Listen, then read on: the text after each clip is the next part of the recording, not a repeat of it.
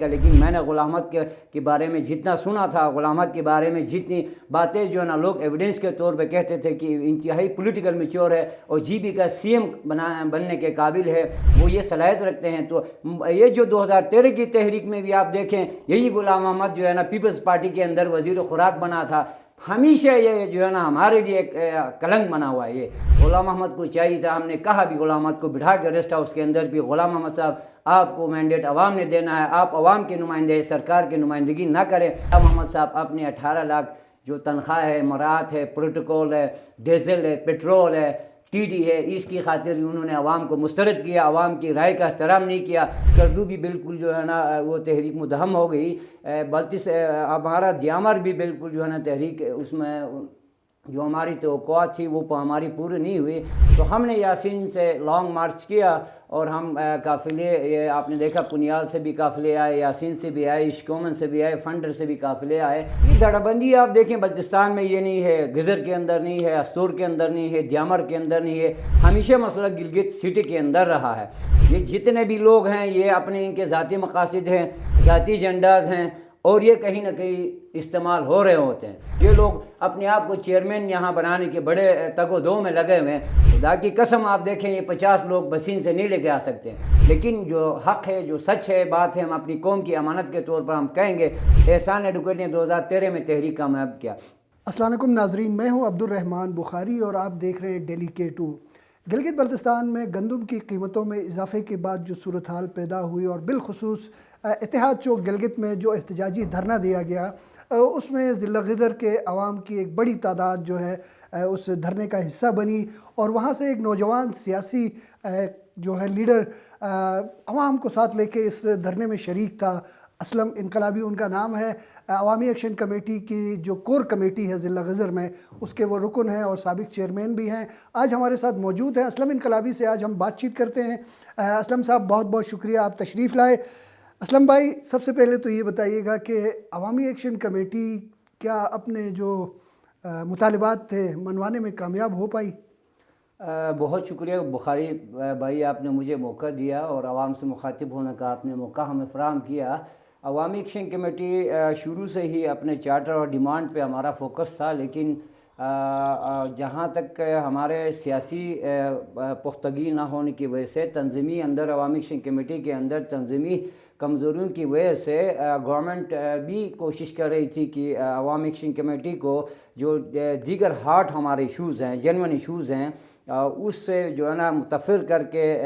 One point agenda گندم پہ ہی اس تحریک کو ختم کیا جا سکے۔ لیکن بحیثیت نوجوان ہمیں بہت زیادہ اس حوالے سے کنسرن ہمارا تھا کہ ہم 2013 میں بھی ہم گندم سبسڈی پہ ہم نے تحریک ختم کی تھی، آج 2024 میں بھی اگر یہی گندم پہ اگر ہم تحریک ختم کرتے تو یہ جو ہماری جو نوجوان نسل کے توقعات تھے ہم اس پر پورا اترنا ہمارے کے لیے مشکل تھا، بہت زیادہ سخت دباؤ تھا نوجوانوں کا ہمارے اوپر۔ تو اسی کے بعد گورنمنٹ بھی تقریباً اپنے اس ایجنڈے میں کامیاب ہوئی، اور آپ نے دیکھا کہ نگر کے جو قافلہ آیا تھا وہ ون پوائنٹ ایجنڈے پہ واپس چلا گیا۔ اسکردو بھی بالکل جو ہے نا وہ تحریک مدہم ہو گئی، بلکہ ہمارا دیامر بھی بالکل جو ہے نا تحریک اس میں جو ہماری توقعات تھی وہ ہماری پوری نہیں ہوئی، تو ہم نے یاسین سے لانگ مارچ کیا اور ہم قافلے، یہ آپ نے دیکھا پنیال سے بھی قافلے آئے، یاسین سے بھی آئے، اشکومن سے بھی آئے، فنڈر سے بھی قافلے آئے، اور ہم نے میسیج یہ دینا تھا کہ اب ہمارا معاملہ گندم سبسڈی سے بہت آگے بڑھ چکا ہے۔ جو ہی یاسین کے قافلہ ون پوائنٹ ایجنڈے کے بعد ہمارے جو بزرگ تھے، ہمارے جو تھکے ہوئے ہمارے عوام تھے، ہم نے ان کو واپس یاسین کی طرف کچھ کو ہم نے بھیجا، باقی کو لے کے ہم تازہ دم دستے لے کے ہم اسی دھرنے میں ہم نے 4 دن طویل دھرنا دیا دوبارہ، اور ہم نے اپنے جو مطالبات تھے وہ گورنمنٹ کے سامنے ہم نے رکھے، اور 15 ایجنڈا رکھا۔ ان میں سے ہمارے 3 مطالبات آپ نے دیکھا حل بھی ہوئے ہیں، باقی جو ہے نا ہمارے مطالبات ہیں جو فیڈرل گورنمنٹ سے ریلیٹڈ ہے، اس کے لیے گورنمنٹ نے ہم سے پہلے سنجیدہ گورنمنٹ نہیں تھا، ٹال مٹول سے کام لے رہا تھا، 6 رکنی مذاکراتی کمیٹی بنائی تھی۔ آپ نے دیکھا ایمان شاہ کے علاوہ، شمس لون کے علاوہ آپ کو وہاں کوئی نظر نہیں آیا، تو ہم بھی اس معاملے پہ ہمیں جب گورنمنٹ نے سنجیدہ نہیں لیا تو ہم بھی تیش میں آ گئے اور ہم ڈٹ گئے اور ڈٹ کے ہم نے جو ہے نا گورنمنٹ کو گھٹنے ٹیک میں مجبور کیا اور گورنمنٹ نے ہمارے جو چارٹر آف ڈیمانڈ تھا اس کو آن کیا اور گورنمنٹ نے ہم سے 21 دن کا ٹائم لائن مانگا. ہم نے گورنمنٹ کو ٹائم دیا ہے. اس دوران ہم پورا اضلاع کے اندر ہم جا رہے ہیں. ابھی ہم نے ریسنٹلی پورا گزر کے 5 تحصیلوں میں ہم نے تنظیم سازی کی ہے اور ہمارا 20 رکنی ہمارا عوامی ایکشن کمیٹی گزر بنا ہے. اچھا اسلم بھائی، عوامی ایکشن کمیٹی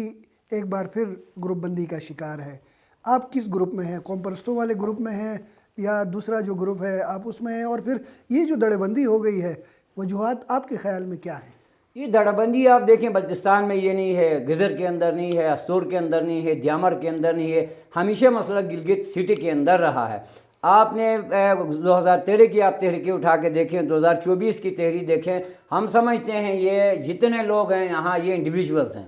یہ جتنے بھی لوگ ہیں یہ اپنے ان کے ذاتی مقاصد ہیں، ذاتی ایجنڈاز ہیں اور یہ کہیں نہ کہیں استعمال ہو رہے ہوتے ہیں. ماضی میں بھی یہ ہوا ہے. اس دفعہ کی تحریک میں بھی ہم نے دیکھا کہ گلگت کے مسافات کے جو علاقے ہیں یا جو لوگ اپنے آپ کو چیئرمین یہاں بنانے کے بڑے تگ و دو میں لگے ہوئے ہیں، خدا کی قسم آپ دیکھیں یہ 50 لوگ بسین سے نہیں لے کے آ سکتے. سراؤنڈنگ جو گلگت کا ایریا ہے وہاں سے لے کے نہیں آ سکتے. دوسری بات ہے یہاں گروپ بندی والی جگہ اپنی جگہ پہ ہمارا بنیادی موقف یہ ہے کہ جمہوری انداز سے پورا 10 کے 10 اضلاع سے کور کمیٹی کے جو ممبرز ہیں ان کو آن بورڈ لیا جائے. یہاں بیٹھ کے 20 افراد اپنے لیے گروپ بناتے ہیں، 10 افراد بیٹھ کے اپنے لیے گروپ بناتے ہیں. پورا 10 اضلاع جو ہے نا یہ جو گروپ بندی اس کو ہم یہ قبول گروپ کرنے کی تیار نہیں. بنوائے جا رہے ہیں یا یہ خود بناتے ہیں؟ کیا ہے وجہ؟ ایک تو آپ کو پتہ ہے گلگت بلتستان پولیٹیکلی امیچور ہیں یہاں پہ. اور آپ دیکھیں کہ جتنے بھی چیئرمین بنے ہیں یا اس میں جو سرکردہ لوگ ہیں یہ کوئی پولیٹیکلی ایجوکیٹڈ لوگ نہیں ہیں، یہ کوئی ہائیلی کوالیفائڈ لوگ نہیں ہیں، یہ ماسس کے اندر کوئی تحریک چلائے ہوئے اتنے زیادہ جینوئن لوگ نہیں ہیں. یہ آپ دیکھیں کہ ہماری بھی مجبوری یہ ہے کہ جو پولیٹیکل میچور لوگ ہیں، ہائیلی کوالیفائڈ لوگ ہیں، وہ ان تحریکوں کا حصہ نہیں بنتے ہیں. اگر بنتے بھی ہے تو زیادہ جو ہے نا مستقل مزاجی کے ساتھ اس تحریکوں کا حصہ نہیں بنتے. اس وجہ سے آپ دیکھ رہے ہوتے کہ یہاں ہماری مجبوری ہے کہ ہمیں ان لوگوں کو بھی اپنے ساتھ لے کے چلنا پڑ رہا ہے. اس وجہ سے یہاں اندر عوامی ایکشن کمیٹی کے اندر یہ انتظامی مسائل ہیں. یہاں پہ پسند ناپسند ہے، ڈس لائکس ہیں، لوگوں کی ذاتی رنجشیں ہیں. تو اس وجہ سے یہ تحریک جو ہے نا اپنی اس کے اندر ہے، مسائل کے اندر گھیرا ہوا ہے. آپ کو کیا لگتا ہے کہ احسان ایڈوکیٹ صاحب جس طرح کا ایک سخت موقف رکھتے ہیں اور ان میں کوئی لچک بھی جو ہے وہ نہیں ہوتی ہے، تو احسان ایڈوکیٹ صاحب کے رویوں سے آپ اتفاق کرتے ہیں؟ ان کے ساتھ چل سکیں گے آپ؟ دیکھیں احسان ایڈوکیٹ کو ہم نے ماضی میں بھی دیکھا. 2013 کی جو تحریک کامیاب ہوئی اس وقت بھی اس عوامی ایکشن کمیٹی کو احسان صاحب لیڈ کر رہے تھے. اور آپ بار کے اندر بھی جائیں، آپ بار اسٹیشن کے وہ ہائی کورٹ کر رہے ہیں، اپلیٹ کورٹ کے بار کے صدر بھی رہے ہیں. اور آپ اس گلگت بلتستان کے اندر ان کی ٹریک ہسٹری آپ اٹھا کے دیں. ہم کسی کے یہاں گواہی دینے کے لیے نہیں بیٹھے ہیں، لیکن جو حق ہے، جو سچ ہے، بات ہے، ہم اپنی قوم کی امانت کے طور پر ہم کہیں گے. احسان ایڈوکیٹ نے 2013 میں تحریک کامیاب کیا. اس دفعہ بھی تحریک گورنمنٹ اور مقتدر حلقے یہ چاہ رہے تھے کہ گلگت بلتستان کی جو عوامی ابھار آیا ہے، جو تحریک آئی ہے، اس کو 1 پوائنٹ ایجنڈے پہ رکھا جائے. اس کے لیے انہوں نے اپنی تمام طاقت استعمال کی، وسائل استعمال کیے اور پینیٹریٹ کیے گئے یہاں اندر لوگوں کو. سائیڈوں میں جہاں سے تحریکیں چل رہی تھی اپنے منظور نظر لوگوں کو ان تحریکوں کے اندر پینیٹریٹ کیا گیا اور یہ کوشش کی گئی کہ یہ جو تحریک ہے اس کو وسعت نہ دی جائے، یہ کوئی لانگ ٹرم کوئی اسٹرگل نہ ہو. اور یہ جینون ان کے جو ہمارا سب سے زیادہ ہمارا جو اہم ایشو ہے وہ ہمارا داخلی خود مختاری کا ہے، خود مختار اسمبلی کا ہے. اس کے بعد ہمارے جو ریسورسز ہیں، ہمارا سورس آف انکم ہے گلگت بلتستان کا، اس کا NFC ایوارڈ ٹائپ کا ماڈل ہمیں بنا کر یہاں کے وسائل کا اختیار یہاں کے لوگوں کو دیا جائے. یہ جو 2 پوائنٹ تھے یہ ہارڈ پوائنٹ ہے ہمارے ایشوز سے. ان سے جو ہے نا توجہ ہٹانے کے لیے کوشش یہ کی گئی کہ اپنے منظور نظر لوگوں کو اس کے اندر داخل کیا جائے اور اس تحریک کو جو جینون آگے اس کی ایک ڈائریکشن ہم نے دینی تھی اسے ڈیٹریک کرنے کے لیے جو ہے نا کوشش کی گئی. کافی حد تک وہ اس میں کامیاب بھی ہوئے اور آپ نے دیکھا کہ باقی اضلاع کے اندر جو تحریکیں تھی وہ دم توڑ گئی. لیکن پھر جو جینون لوگ تھے انہوں نے گڑی باغ کے اندر ایک دوبارہ تحریک منظم کی اور سراؤنڈنگ گلگت کے وہاں سے قافلے آئے اور یہ تحریک آگے بڑھی. اسلم صاحب، اگر ہم آپ کے حلقے کی بات کریں، یاسین کی اگر ہم بات کریں، غلام محمد صاحب آپ کے حلقے سے منتخب رکن ہیں اور پھر وزیر خوراک بھی وہی تھے جب یہ تحریک چل رہی تھی، لیکن وہ خود امریکہ بیٹھے ہوئے تھے۔ اس دوران کیا جو عوام یاسین کے جو جذبات تھے، غلام محمد صاحب ان کی کوئی ترجمانی کر رہے تھے یا اس کے برعکس جا رہے تھے؟ کیا ہو رہا تھا؟ نہیں، غلام محمد سمیت ہم سب جتنے بھی ہیں، ہم پبلک جو ہے نا آفس ہولڈ کرنے والے لوگ ہیں، ہم گورنمنٹ کے جواب دہ ہیں، عوام کے جواب دہ ہے۔ عوام ہمارے اوپر کرٹکس کر سکتی ہے، عوام ہمارا گریبان پکڑ سکتی ہے، لیکن بحیثیت میچور ایک پولیٹیکل پرسنالٹی کے میں ایک بہت چھوٹا طالب علم سیاست کا، لیکن میں نے غلام محمد کے بارے میں جتنا سنا تھا، غلام محمد کے بارے میں جتنی باتیں جو ہے نا لوگ ایویڈنس کے طور پہ کہتے تھے کہ انتہائی پولیٹیکل میچور ہے اور جی بی کا سی ایم بننے کے قابل ہے، وہ یہ صلاحیت رکھتے ہیں۔ تو یہ جو 2013 کی تحریک میں بھی آپ دیکھیں، یہی غلام محمد جو ہے نا پیپلز پارٹی کے اندر وزیر خوراک بنا تھا۔ ہمیشہ یہ جو ہے نا ہمارے لیے ایک کلنگ بنا ہوا ہے، یہ ہمارے لیے ایک مشکل ہے کہ ہمیشہ جب بھی گندم سبسڈی کی کٹوتی ہوتی ہے، یہی غلام محمد پیپلز پارٹی کے اندر وزیر خوراک بنتا ہے۔ پھر آپ دیکھیں 2024 کے اندر پھر اسی محکمے کا جو ہے نا وزیر خوراک غلام محمد بنتا ہے۔ غلام محمد کو چاہیے تھا، ہم نے کہا بھی غلام محمد کو بٹھا کے ریسٹ ہاؤس کے اندر بھی، غلام محمد صاحب آپ کو مینڈیٹ عوام نے دینا ہے، آپ عوام کے نمائندے، سرکار کی نمائندگی نہ کریں، آپ استعفیٰ دے دیں، وزیر خوراک کی وزارت سے استعفیٰ دے دیں، عوام کے اندر آ جائے۔ خدا کی قسم ہم آپ کے ساتھ مل کے عوام کو لے کر اس سے بھی ایک بڑی مینڈیٹ آپ کو دیں گے، لیکن غلام محمد صاحب اپنے 18 لاکھ جو تنخواہ ہے، مراعات ہے، پروٹوکول ہے، ڈیزل ہے، پیٹرول ہے، ٹی ڈی ہے، اس کی خاطر انہوں نے عوام کو مسترد کیا، عوام کی رائے کا احترام نہیں کیا، اور وہ دبئی اور لندن میں سیر سپاٹوں میں لگے رہے۔ اب ان کے حلقے میں ان کے لیے بہت مشکلات ہیں، اور میں سمجھتا ہوں یہ 24 کے 24 حلقے پیپلز پارٹی اور نون لیگ کے لیے اس وقت جو گلبرگ سرکار ہے ان کے لیے مشکل ہوگا، اور ان کو اپنے حلقوں میں جانے کے لیے۔ اچھا، پچھلے 3 سال میں غلام محمد صاحب نے یاسین کے لیے کیا کیا؟ کیا دیکھتے ہیں آپ ادھر یاسین میں؟ کوئی نظر آتا ہے کہ غلام محمد صاحب نے کچھ کیا؟ غلام محمد کو یاسین کے اندر یہ ترقیاتی اسکیموں کا کنگ پائنر کہا جاتا ہے، یہ ایک نعرے کی حد تک تو ہے، لیکن یہاں پہ مسئلہ ہمارا یہ ہے کہ پروجیکٹس وہ ٹینڈر کی حد تک ہو جاتے ہیں، لیکن اس کے بعد یاسین کے اندر آپ دیکھیں جتنے بھی پولیٹیکل ایلیٹس ہیں وہاں پہ وہ کیا کرتے ہیں، انہوں نے اپنے ٹھیکیدار بٹھائے ہوئے ہیں۔ یہ ٹھیکیدار جو ہے نا ٹھیکے ان کو دلاتے ہیں، کمیشن وہاں سے لیتے ہیں، پھر ان پروجیکٹس پہ یہ چیک اینڈ بیلنس نہیں رکھتے ہیں۔ ہر بندے نے اپنے 4 5 ٹھیکیدار پالے ہوئے ہیں، یہ ان سے جو ہے نا ان کو ٹھیکے دلاتے ہیں، ایکسنس آری اور پی ڈبلیو ڈی کے اپنے جو ہے نا دباؤ کے ذریعے ٹھیکے ان کو دلاتے ہیں، اصل رسوخ استعمال کرتے ہیں، پھر ان سے جو ہے نا سپورٹ لیتے ہیں، اور الیکشن کے دنوں میں یہی ٹھیکیدار ان کو فائنینشیل سپورٹ کرتے ہیں، ان کو گاڑیاں دیتے ہیں، ان کو جو ہے نا کیمپین کرتے ہیں، اور پھر ان کے ذریعے جو ہے نا یہ مینڈیٹ لے کے آ کے پھر ان ٹھیکیداروں کی پشت پناہی کرتے ہیں، ان کو بیکنگ کرتے ہیں، اور یہ جو ٹھیکیدار غیر معیاری کام کرتے ہیں، نہ آپ یاسین کے اندر دیکھیں ایک سکول صحیح بنا ہے، نہ ہاسپٹل صحیح بنا ہے، ابھی آپ دیکھیں 19 کروڑ کا وہاں پہ روڈ بنا ہوا ہے، ابھی وہ ہینڈ اوور نہیں ہوا ہے۔ اب بھی آپ میرے ساتھ آ جائیں، میں ابھی ہینڈ اوور نہیں ہوا، آپ دیکھیں وہ کھنڈرات کا منظر پیش کریں،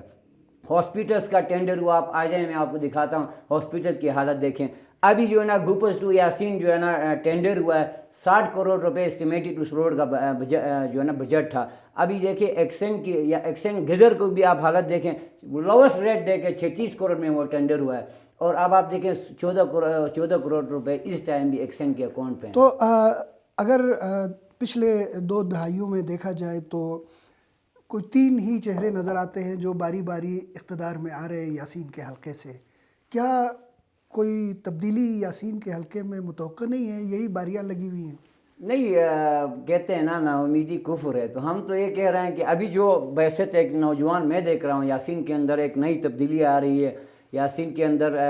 نوجوان کنسرن ہے اپنے لیڈرشپ کے حوالے سے، اور یہ جو 3 چہرے ان سے عوام تنگ آ چکے ہیں، یہ بہت پرانے کھٹونجے ماڈلز ہیں۔ ان ماڈلز کا ابھی آپ کو پتہ ہے 3310 ابھی اس وقت آپ کوئی لے کے چلتا ہے تو اس کے اوپر مذاق اڑایا جاتا ہے، تو ابھی اسمارٹ فون کا دور ہے، تو ابھی ینگ لیڈرشپ بھی آنی چاہیے، گاڑیاں تبدیل ہوتی ہیں، موبائل تبدیل ہوتے ہیں، اسکول تبدیل ہو رہا ہے، ٹریٹمنٹ علاج تبدیل ہو رہا ہے، تو یہ پرانے کھٹونجے ماڈلز کو لے کے پولیٹیکل لیڈرشپ کیوں تبدیل نہیں ہونی چاہیے؟ تو ہمارے نوجوان بہت زیادہ آپ نے دیکھا کہ ان تحریکوں کے اندر نوجوانوں نے ہمارا بہت ساتھ دیا، ہراول دستے کے طور پہ آئے، انہوں نے ان جو 3 نمائندے جو اپنے آپ کو یہ سمجھتے تھے کہ یاسین میں ان کی اجراداری ہے، آپ نے دیکھا کہ نوجوانوں نے ان کو مسترد کیا۔ ابھی نوجوان سوچ رہے ہیں کہ وہ ایک پلیٹ فارم بنائیں اور نوجوان منظم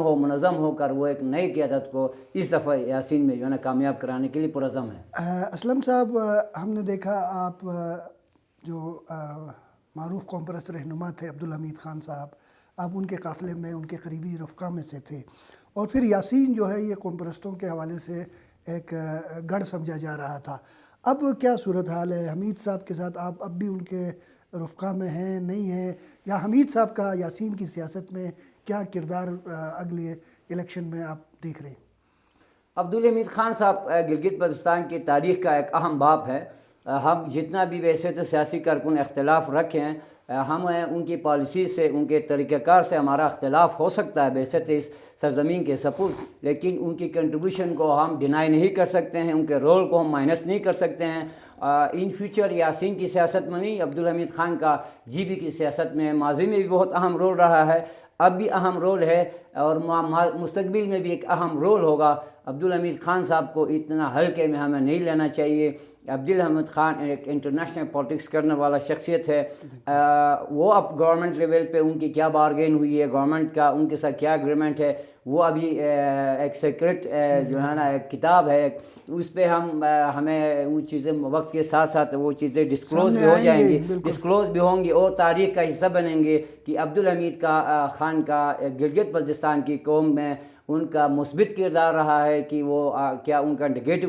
کردار رہا ہے۔ یہ ہمارے آنے والی نسلیں دیکھیں گی، اور تاریخ کے اوراق میں ہم دیکھیں گے کہ اس میں ان کا کیا کردار ہوتا ہے۔ باقی جو الیکشن پالیٹکس کا جہاں تک تعلق ہے، یاسین اور غزر قوم پرستوں کی سرزمین ہے، ہمیشہ سے رہی ہے، اور اس دفعہ بھی میں نوجوانوں کے اندر ہم جو ابھار دیکھ رہے ہیں، نوجوانوں کے اندر جو سیاسی شعور ہم دیکھ رہے ہیں، نوجوانوں کے اندر جو وفاقی اور مذہبی پارٹیوں سے جو نفرت کا اظہار ہم دیکھ رہے ہیں، اس سے ہمیں اندازہ ہو رہا ہے کہ اب گلگت بلتستان میں پورا یاسین کی بات نہیں ہے، کہ نوجوان یہ ڈیمانڈ کر رہے ہیں، یہ سوچ رہے ہیں کہ اب ہمارے مسئلے کا حل امجد ایڈوکیٹ نہیں ہے، ہمارے مسائل کا حل حفیظ الرحمان نہیں ہے، ہمارے مسائل کا حل خالد خورشید نہیں ہے، بلکہ ہمیں جس طرح گلگت بلتستان کی جغرافیائی اہمیت ہے، یہاں چین موجود ہے، یہاں انڈیا موجود ہے، یہاں رشیا موجود ہے، یہاں ایران موجود ہے، اس ریجنل یہاں بڑی طاقتیں موجود ہیں۔ اگر ہم نے ان بڑی طاقتوں کے ساتھ گلگت بلتستان کو اگر سینڈوچ ہونے سے بچانا ہے، اگر ہم نے اس کو فلسطین ہونے سے بچانا ہے، تو یہاں پہ اپنا گلگت بلتستان کا پولیٹیکل پارٹی کا ہونا لازمی ہے، جس کا منشور اور جس کا ایجنڈا یہاں کا مقامی ہونا لازمی ہے۔ ورنہ یہاں پہ جو مسائل بڑھ رہے ہیں، جس طرح گون مسائل بڑھ رہے ہیں، تو آپ دیکھ رہے ہیں کہ یہ وفاقی پارٹیاں گلگت کیپٹل کے اندر آپ دیکھیں صرف عوام کو بجلی نہیں دے سکتی، تو یہ اور کیا دے سکتی۔ اچھا اسلم صاحب، اب آگے توقع کی جا رہی ہے کہ بلدیاتی انتخابات ہوں گے،